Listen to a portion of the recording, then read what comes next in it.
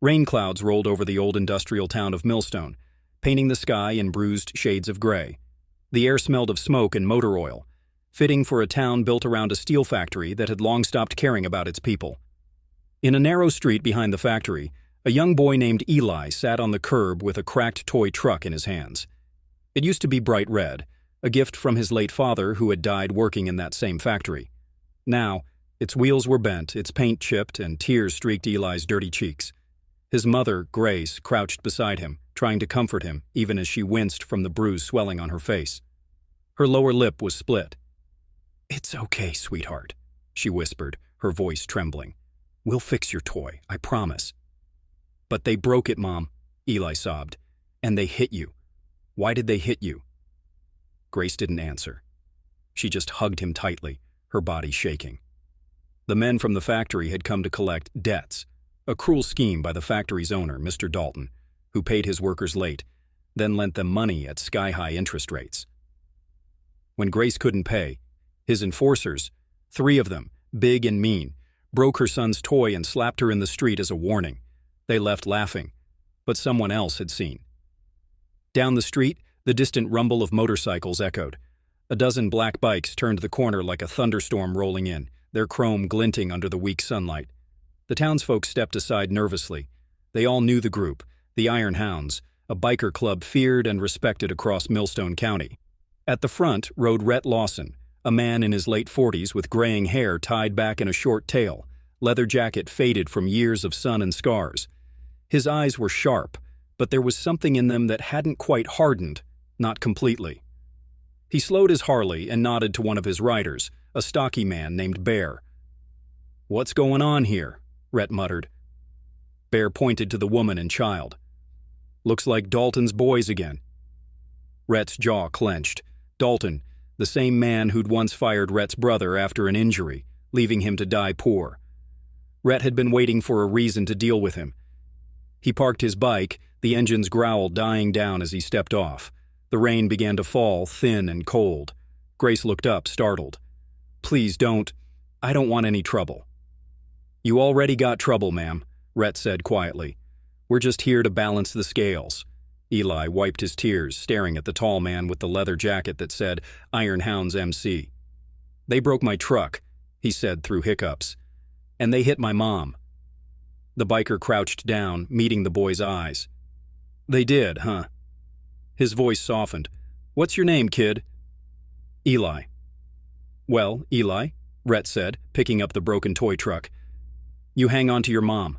We'll take care of this." Before Grace could protest, Rhett stood and gave a low whistle. The other bikers gathered around him like wolves circling prey. "Dalton's thugs hit a woman and scared a kid," he said, his voice rising. "At the factory." The men growled in agreement. Rhett turned to Grace. "You want justice?" "I just want to be left alone," she whispered. He nodded slowly. "That's what justice is, ma'am. Peace that no one can take from you." He swung his leg over his Harley and roared the engine to life.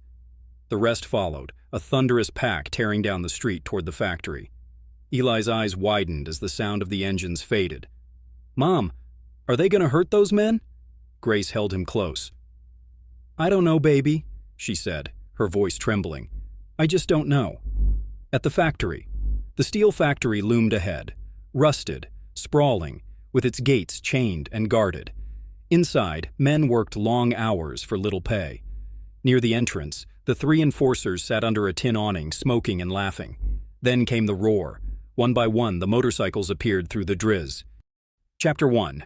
Shadow's Return. It had been almost a year since Rhett Lawson and the Iron Hounds rode through Millstone and changed everything. The town was finally breathing again. The steel factory had been bought out by a fair investor, workers were treated decently, and Grace's Second Chance Diner had become a symbol of hope. The once-forgotten families of Millstone could smile again. But peace, in towns like Millstone, never lasts forever. It started one morning when Bear, Rhett's second in command, rolled into the diner with a grim look on his face. Rhett was already there, sitting at his usual booth, sipping black coffee. Grace smiled at him from behind the counter while Eli wiped tables for tips. Bear leaned down and muttered, "We got a problem." Rhett's brow furrowed. "Talk." Bear slid a folded flyer across the table. On it was the logo of a rival biker club, a skull with red wings, the Vultures. "They rolled into the next town over," Bear said. "Word is they're working for somebody with deep pockets, and they've been asking about us. And Dalton." Rhett's jaw tightened. "Dalton left the state." Bear shook his head. "He came back." Grace had been listening quietly. "Dalton? The factory owner?" Rhett nodded slowly. "The same. Looks like he's got friends now." Eli came running over with a grin, holding up a hand-drawn picture of a red toy truck. "Look, Rhett, I drew our truck." Rhett forced a smile, ruffling the boy's hair. "That's a fine truck, kiddo." But his mind was already elsewhere, thinking about the storm that was clearly coming back to Millstone. Chapter 2. The Warning. 2 nights later, the Hounds clubhouse, a converted auto garage on the edge of town, was quiet except for the hum of neon lights. Rhett sat at the table with his men, studying a map. "If Dalton's really back, he'll go after the diner first. Grace embarrassed him. He won't forget that." "We could strike first," said Doc, one of the older riders. "Hit the Vultures before they move in." Rhett shook his head. "We're not starting a war unless we have to. We protect this town, not burn it down." Bear grunted. "You're getting soft, boss." Rhett's eyes flicked up, steel cold. "No, I'm getting smart." The conversation was cut short by the roar of motorcycles outside. The men grabbed their weapons instinctively. Pipes, chains, a few pistols. The door swung open and a biker stumbled in, one of their own, Ricky, his face bloodied. "They jumped us," he gasped. "The Vultures, 6 of them, said Dalton wants Millstone back." Rhett clenched his fists. "Where?" "By the old rail yard." Bear growled. "Let's ride." Chapter 3. The Ambush. The Iron Hounds tore through the night, engines roaring like thunder over wet asphalt. When they reached the rail yard, flames flickered from burning crates. The Vultures were there, a dozen men with wild eyes and blood-red bandanas, and at the center of them stood Dalton, in a new suit, smiling like the devil himself. "Well, well," Dalton sneered as Rhett walked up. "The town hero. You cost me millions, Lawson. Time to settle our accounts." "You came back for revenge?" Rhett said, calm but dangerous. "You should have stayed gone," Dalton smirked. "See, I learned something from you. You can't control a town with money alone. You need fear." He snapped his fingers. The Vultures revved their bikes in unison. Then the fight erupted. The night exploded with noise, engines, fists, and shouts echoing across the yard. Rhett slammed his elbow into one biker's jaw, swung a chain around another's arm, and sent him sprawling. Bear charged through 2 men like a bull, but the Vultures outnumbered them 2-1. Dalton stood back, laughing.